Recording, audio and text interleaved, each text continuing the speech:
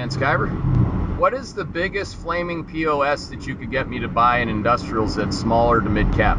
Well, I mean, all of our former SPACs have been difficult. Oh yeah, SPACs. So, I mean, that would be the place where you're going to have, a lot of numbers come in very strong in third quarter relative to expectations, and everybody hates them. And some of them are real businesses underneath. So those would be, they're starting to figure it out. Like you saw, Blade do an acquisition. They, and before anybody, don't tell Rob I answered that question, the CEO with his ticker, but just in general, they've been, that one's performed well because they figured it out. They're doing some M&A. I think you're going to see, Ouster do something similar, and they'll figure out how to get the street to like them and get attention and get scale. So, if you have a decent growth environment, M&A is probably more likely. I think that would be the group that would do well. And then I have some cyclicals that haven't performed as well, like a Brinks or things like that, particularly if, the forecast for COVID easing into, I guess the beginning at least of the fourth quarter, that's probably also helpful for those names. Yeah, that's a good answer. The other answer, of course, that was signaling yesterday, which I signaled, which is, the shorts, the better the short that you have, like the company that could eventually go away type short, thinking, a company that was never a company like Nikola, that thing was straight up yesterday. Plug Power was straight up yesterday.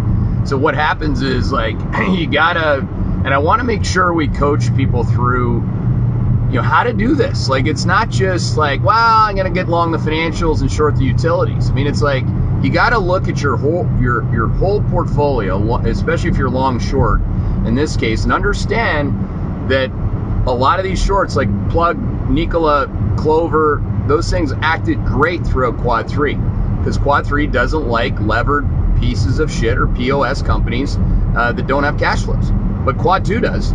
And you don't have to do anything. Let's just put it that way. I'm just trying to challenge people's process and their premise so that they're not sitting there like 2 to 3 months from now, like a lot of our analysts do and I myself have done. We all make the same mistakes. That's the point. Is that 2 to 3 months from now, you're like, oh, shit, it's quad 2. I got to cover this short. It's like like 40% ago. And for whatever reason, I guess God gave me this switch in my head that doesn't really, I don't have the lights go off all the time. So I'm just like dispassionately get rid of this stuff because I really don't have a relationship with these stocks, long or short. You just got to like make the right portfolio management or portfolio moves. And I do think that what you said on the other side of that, being long SPACs is like almost the last thing that you're going to be your boss is going to let you to do, which is precisely why they could go up while the shorts cover them, in the meantime. Yeah, you got to manage your POS factor exposure. No, being long POS, flaming POS, is a core strategy in quad 2.